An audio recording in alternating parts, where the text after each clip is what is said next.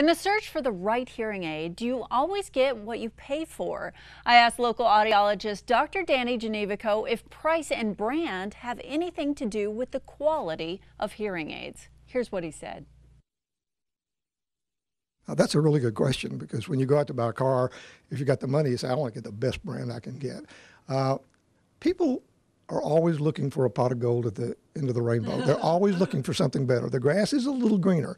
And so sometimes people, they get a brand of hearing aid and they do not do well with it, and then they can go someplace else and get another brand, and on and on and on, looking for that perfect hearing aid. Well, the brand of hearing aid does not determine how well a person is able to hear.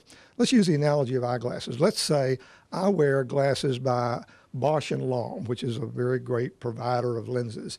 And let's say you wear glasses by the American Optical Company, which is another really good lens producer. And you come in and say, I see so well. And I say, I see so lousy.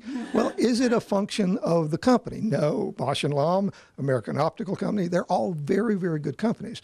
The reason that you see better than me is how effective your ophthalmologist or your optometrist was in having a prescription to meet what your needs are. Mm-hmm. And the same thing is true with hearing aids. It is not the brand of hearing aid that you get, it's how effectively the hearing aid is programmed for the frequency ranges you need to hear, how effectively you've been educated in how to use it.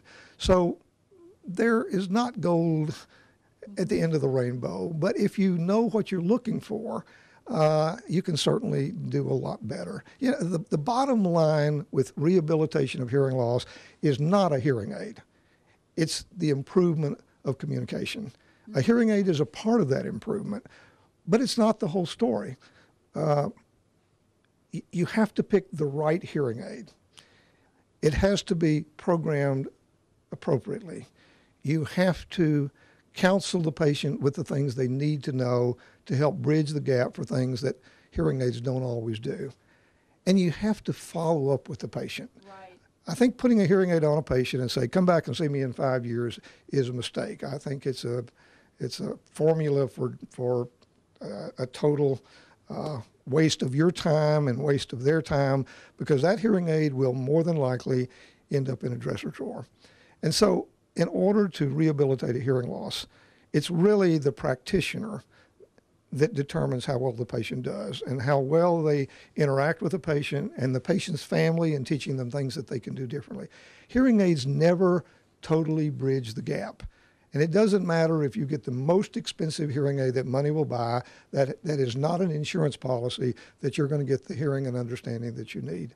I think if you're dealing with someone who works with hearing loss on a regular basis and they get a lot of feedback from their patients, then when the patient says, this is the problem I'm having, you're their support system, and you can make adjustments and counseling to deal with that issue.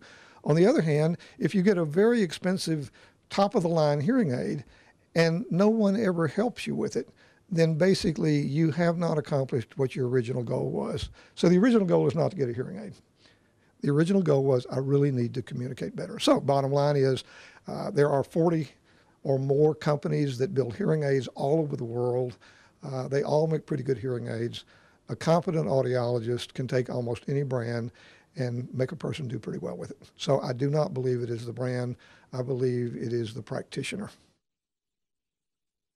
And if you'd like to get more advice from Audiology Hearing Aid Associates, they have 2 area locations, one on Langhorne Road in Lynchburg, 434-528-4245.